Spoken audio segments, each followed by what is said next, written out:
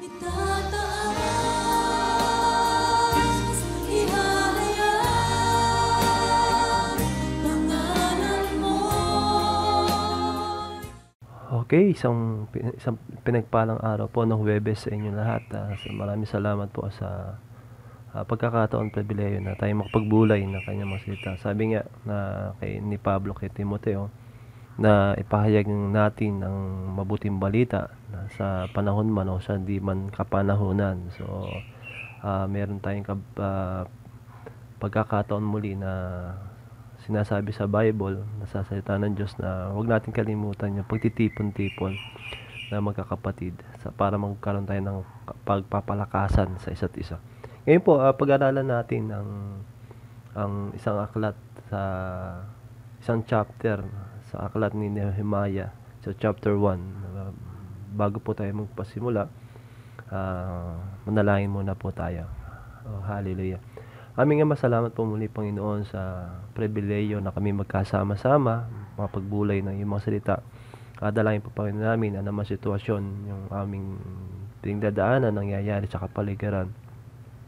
Nais namin, Panginoon, ideklara yung kalooban mo ang siyang mangyari at sa mga pangako mo, salita mo, ang matupad sa buhay ng bawat isa na nananampalataya at mga anak mo, Panginoon. Salamat, Panginoon, muli. Dalangin din po, Panginoon, namin na pangunat at maging tagapagturo namin ang Banal na Espiritu, Panginoon, sa mga sandali ito. Sa pangalan po ni Jesus, ito po kami dalangin. Amen and amen. Okay, tuloy po tayo sa ating pag-aaralan. Pasensya na po kung medyo iba'y boses. Umaga pa, hindi pa nag-iintang lalamunan. Okay, pag-aaralan po natin yung unang kabanata sa aklat ni Nehemiah, chapter 1 hanggang sa verse 1 hanggang 11. Basahin ko po mula sa pasimula. Sabi po dito, ang mga salita ni Nehemiah na anak ni Hakalias nangyari nga sa buwan ng Kislu sa ika-20 taon.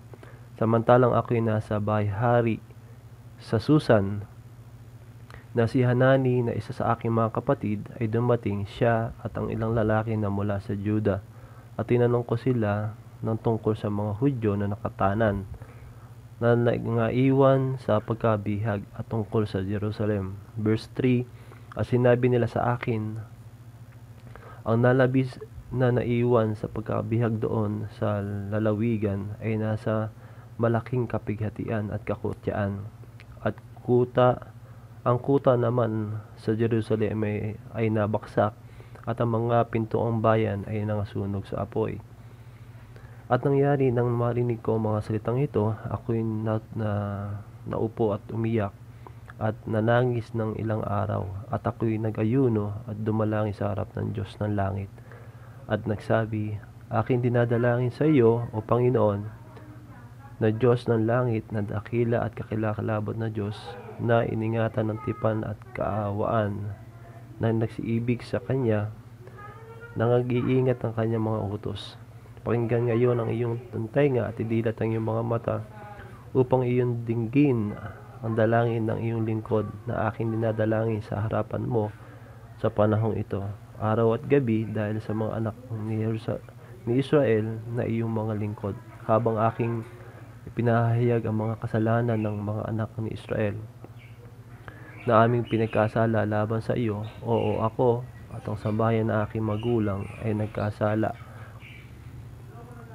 Verse 7, kami ay lubhang napahamak laban sa iyo at hindi nag-iingat ng mga utos o ng mga palatuntunan man o mga kahatulan na iyong inutos sa iyong lingkod na kay Moises. Verse 8, alalahanin mo, sinasamo ko sa iyo ang salita na iyong inutos sa iyong lingkod na kay Moises, na sinasabi, kung kayo magsisalangsang, aking pangangalatin kayo sa lahat ng bayan. Ngunit kung kayo magsibalik sa akin at ingatan ninyo ang aking mga utos at gawin, bagamat ang nangatapon sa inyo ay nasa kaduluduluhang bahagi ng mga langit, aking pipisanin sila mula roon, at dadaling ko sila sa dakong aking pinili upang patahanin doon ang aking pangalan. Ang mga ito ngay ang iyong mga lingkod at ang iyong bayan na iyong inutos sa pamamagitan ng iyong dakilang kapangyarihan, sa pamamagitan ng iyong malakas na kamay. Verse 11, O Panginoon, sinasamo ko sa iyo, pakinggan ngayon ang iyong pakinig, ang dalangin ng iyong lingkod at ang dalangin ng iyong mga lingkod, nang nangagsasayahang matakot sa iyong pangalan. At pag ginhawahin mo, sinasamo ko sa iyo, ang lingkod sa araw na ito, at pagkalooban mo siya ng kaawaan sa paningin ng lalaking ito, ngayoy tagahawak ako ng saro ng hari. Maraming salamat po sa purihin ng pagkabasa ng salita ng Diyos. Nais ko pong nais natin pagbulay-bulayan dahil ngayon ay panahon ng ating sama-samang pananalangin at makita natin kung anong makapulot tayo ng aral patungkol po sa panalangin ni Nehemiah. At ang sabi niya do sa verse 5, nung mapakinggan niya yung balita patungkol sa Jerusalem, sa Israel, sabi, aking dinadalangin sa iyo, Panginoon Diyos, higit at dakila, kakilakilabot na Diyos, na iningatan ang tipan at kaawaan sa nagsisiibig sa Kanya at nang-iingat ng Kanyang mga utos. So meron po tinatawag na tipanan. Bagaman tayo ay nasa tipanan ng biyaya, sila nung panahon na yun nasa tipanan ng kautusan ni Moises, at yun yung pinapaalala ni Nehemiah. Pero yung verse 4, na marinig niya yung balita, ano po sinabi doon? Sa verse 4, nangyari nang marinig ko ang mga salitang ito, na ako'y naupo at umiyak at nanangis ng ilang araw, at ako'y nag-ayuno at dumalangin sa harapan ng Diyos ng langit. So isang pangit na balita at hindi magandang balita para sa kanyang bayan, na makita na lukmok, sira, giba ang kanilang bayan. So makita natin yung panalangin at nais niya ipanalangin ni Nehemiah ang kanyang bayang Israel. So una, balik po tayo sa kauna-unahang verse. Sabi ito, nangyari nga sa buwan ng Kislu. So ang Kislu po ay ikatlong buwan ng Hebreo. So sa panahon po natin ngayon, tama-tama sa buwan natin ay panahon ng March, January, February, March, ikatlong buwan. Pero sa tinatawag na ecclesiastical year o sa panahon simbahan, hindi ko masyadong alam kung bakit, sabi ho doon, kaya meron pong salin na sabi doon sa ikasyam na buwan. So tinatawag na ecclesiastical year na tinatawag, kaya po ikasyam sa kanila. Pero sa Hebreo, ikatlong buwan ang Kislu o yung tinatawag na Kislev sa Hebreo. Sige po, tuloy po tayo. Si Nehemiah po ngayon ay isang lingkod ng Diyos na nung time na marinig nila hindi ay negatibong bagay, nanalangin siya araw at gabi. Kung tutusin, sabi nga natin, para bang hirap isipin na manalangin araw at gabi, So di natin alam yung sa haba nung pananalangin ni Nehemiah kung paulit-ulit ba, o sabihin natin ang dami niya sinabi sa salita, so panalangin sa Panginoon. Pero alam mo natin sa pananalangin, dalawang two-way yan, isang nagsasalita at isang nakikinig, at ganun din, may magsasalita at mayroong makikinig. So maaaring nakikipag-usap siya sa Diyos at ang Diyos ay nakikipag-usap sa kanya ng time na yon. Pero alam natin na nag-ayuno rin siya sa mga sandaling ito para sa kanyang bayan. So tingnan natin kung ano yung mapupulot nating aral sa mga panalangin ni Nehemiah. Bagamat yung time na yun siya ay taga-silbi ng alak o taga-hawak ng saro, na kung isipin natin pinakamadali naman trabaho, pero kung titingnan natin yung trabaho niya ay hindi siya simpleng trabaho. Bakit to? Hindi lamang taga-tikim ang taga-silbi ng alak, kundi sinisigurado niya na ito ay masarap, malinis, maayos, at higit sa lahat ay walang lason. Kaya po pag binigay sa hari ang alak, ginagarantiyahan niya na hindi mapapahamak ang hari. At pag hindi napahamak ang hari, hindi rin mapapahamak ang buong kaharian na pinaghaharian ng kanyang pinagsisilbihang hari. So yan po yung yung trabaho ng tinatawag na cup bearer o tagapaglingkod, tapagbigay ng alak sa hari. Pero nung madinig niya ang balita, balikan po natin yung pangit o negatibong balita patungkol sa kanyang bayan. Nadalangin siya patungkol sa kanyang bayan. Minsan tinitingnan natin yung mga bagay na ito para ma-apply natin sa ating buhay pananampalataya. Ano ba yung magiging pwede nating makapulutan ng aral sa aklat na ito ng Nehemiah. Una, nung madinig niya po yung balita, pinanalangin niya yung kanyang bayan dahil sa kanilang mga kasalanan. So sa atin po, minsan mga anak ng Diyos, maraming Kristiyano parang sapat na yung kakilala sila, ligtas na sila sa kanilang pananampalataya. Pero kagaya po ni Nehemiah, hindi naputol yung paningin, yung pananaw niya na tapos na, okay na, nakakakilala sa Panginoon, meron akong Diyos na pinaglilingkuran, makapangyarihan sa lahat, bagamat na doon siya sa sitwasyon na hindi pa siya nakakalaya, pero alam niya na merong makapangyarihan Diyos na gagawa sa kanyang buhay. Pero tingnan natin bilang isang Kristiyano na komportable na ba tayo na tayo ligtas na tayo pinagpala na,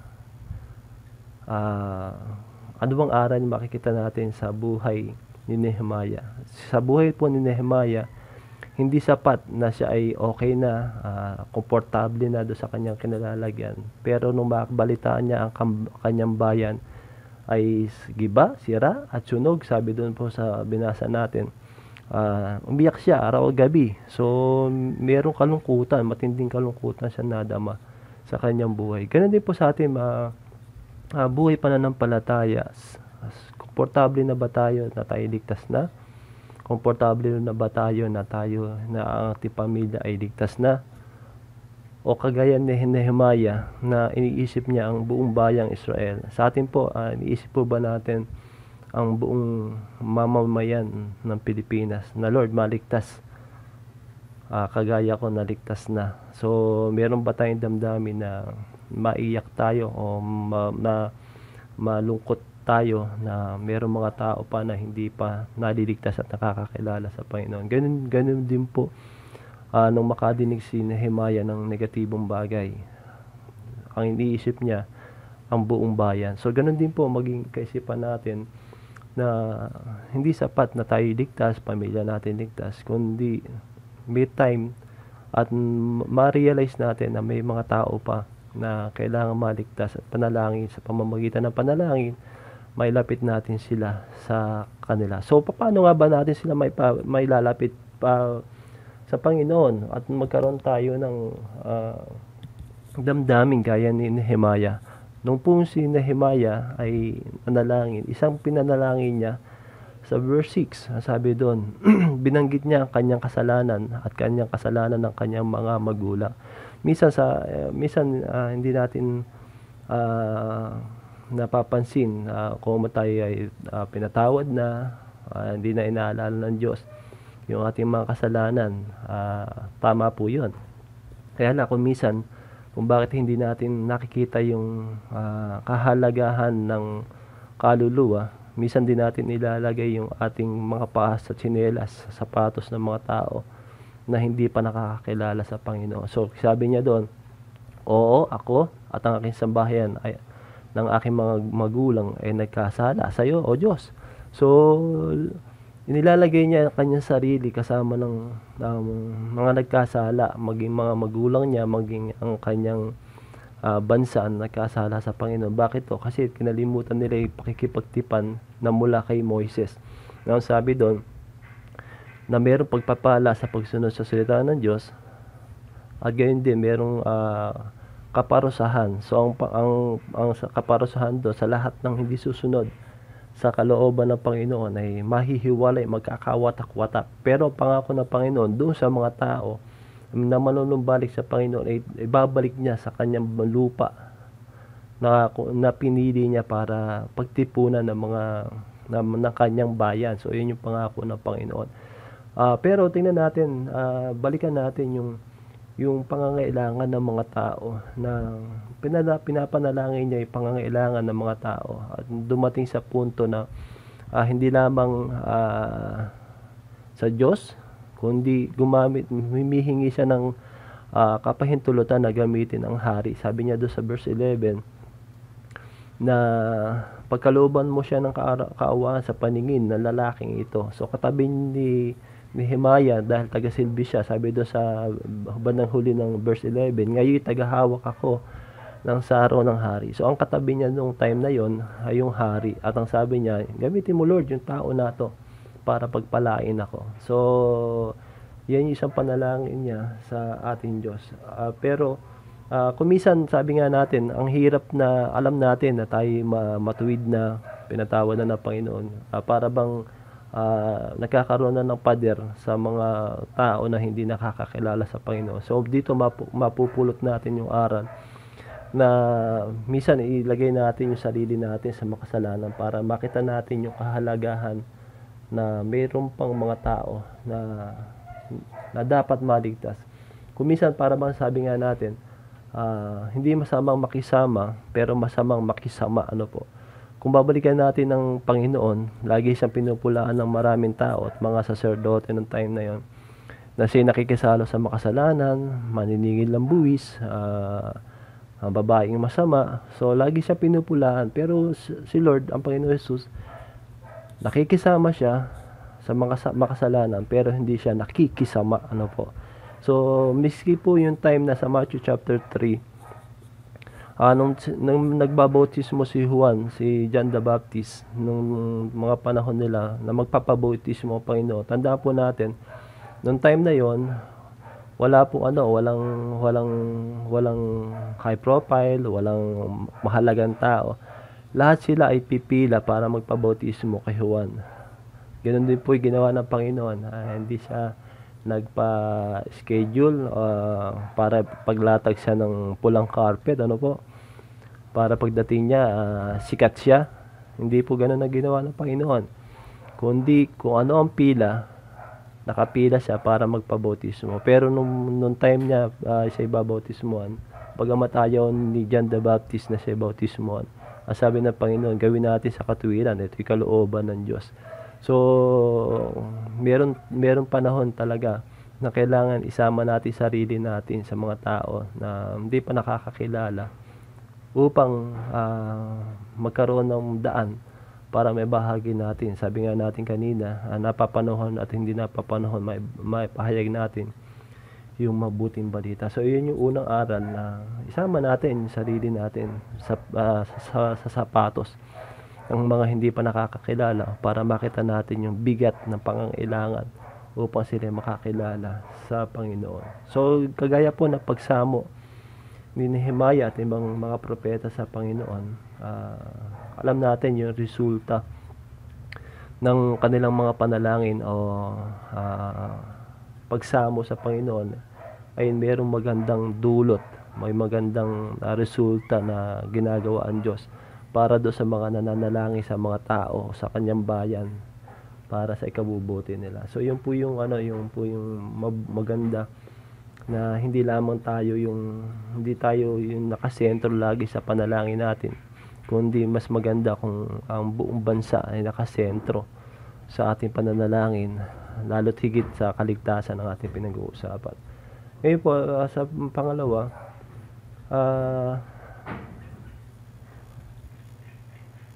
ang tanong natin ay, anong nais natin maging parte do sa panalangin natin para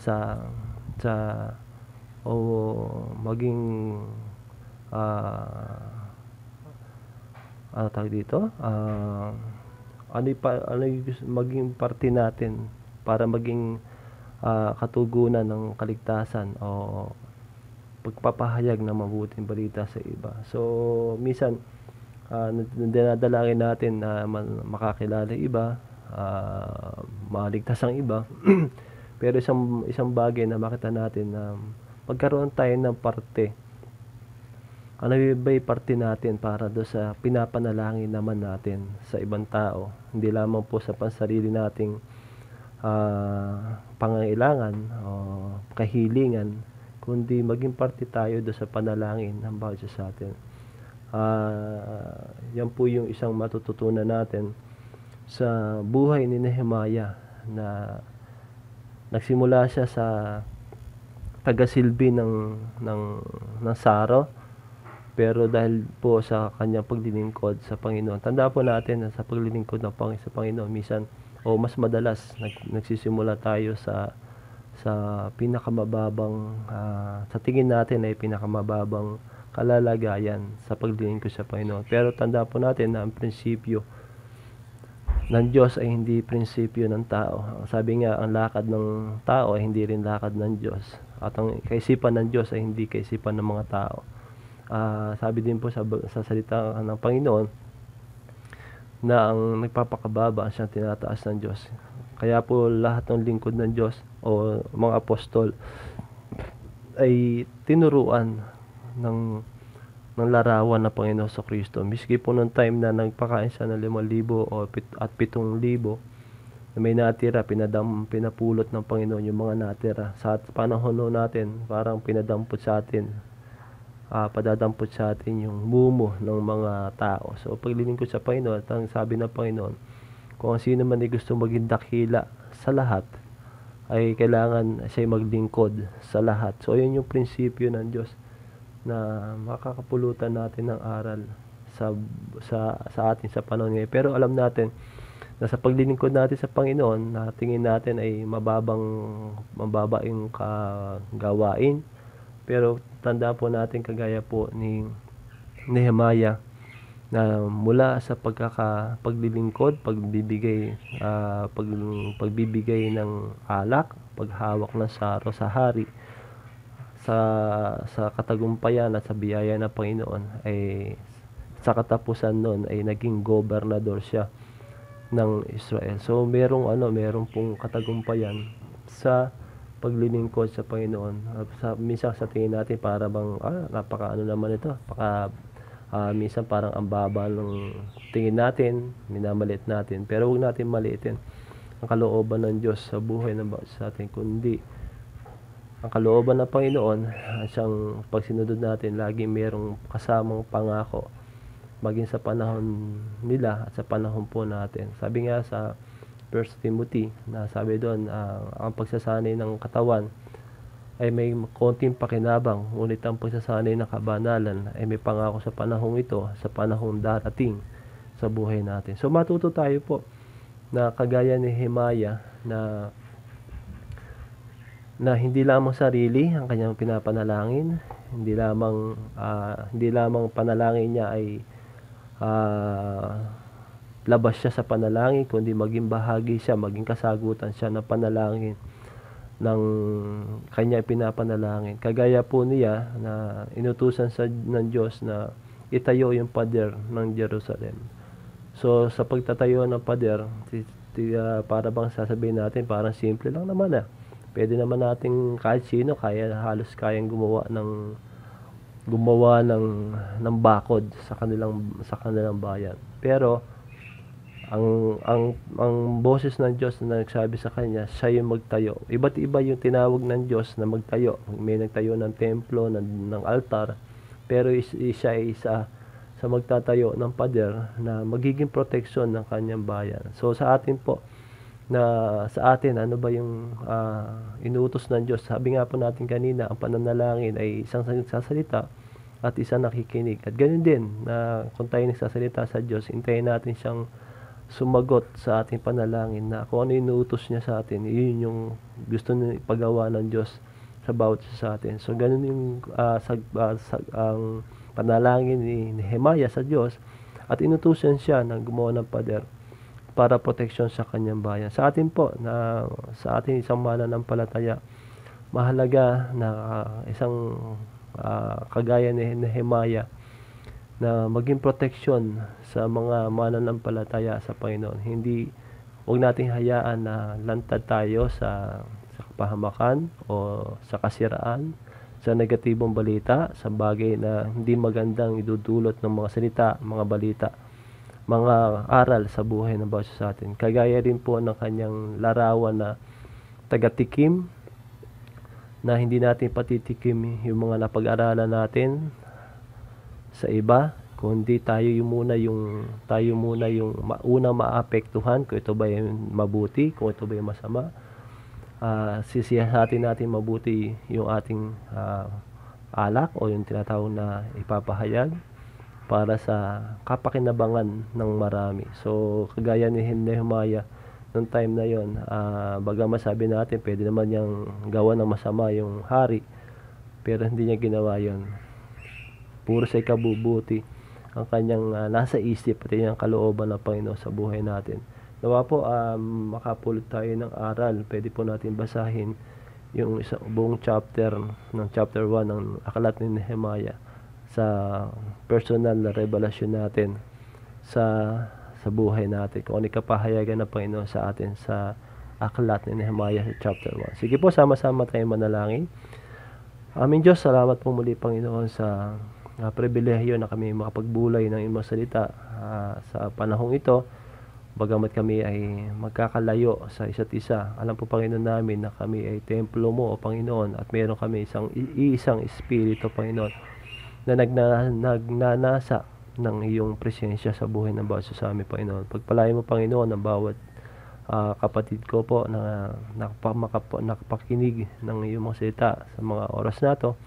At dalangin ko po Panginoon ang kanilang mga hiling, dalangin sa kanilang pamilya, sa kanilang negosyo, sa kanilang trabaho, o maging sa kanilang pag-aaral Panginoon. Patuloy po Panginoon na samahan niyo sila Panginoon, at sa lahat Panginoon ng panahon Panginoon, bigyan niyo po Panginoon kami ng karunungan, kababaan loob, harapin Panginoon yung mga nangyayari sa amin. At patuloy po Panginoon, tumayo kami sa tipanan na meron kami sa panahon ng biyaya Panginoon, na lahat ng aming gagawin, lahat ng aming hawakan Panginoon, mayroong pagpapala na nagmumula Panginoon sa inyo. Dalangin din po Panginoon namin patuloy po na sa aming buhay pananampalataya Panginoon ay hindi kami maging komportable na kami ay ligtas na, ang pamilya namin ay ligtas na. Pero dalangin po Panginoon namin na lahat ng tao sa kapaligiran namin Panginoon, magkaroon kami ng damdamin kagaya ni Nehemiah na araw at gabi umiyak para lang sa ikabubuti ng kanyang bayan Panginoon. Bigyan niyo po Panginoon kami ng puso na merong tibok na kaluluwa na makakilala Panginoon sa inyo. Purihin ka Panginoon, luwalhatiin ka Panginoon sa mga oras na to. Sa pangalan ni Jesus na po kami dalangin. Amen and amen.